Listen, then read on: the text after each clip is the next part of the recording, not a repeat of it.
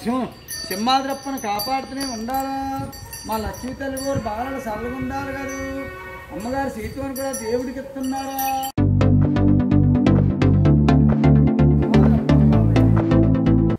అమ్మగారు ఇంటికాడికి వచ్చావు కదా అమ్మగారు బాగా చల్లగా ఉండాలా అమ్మగారి బిడ్డలు బాగుండాలా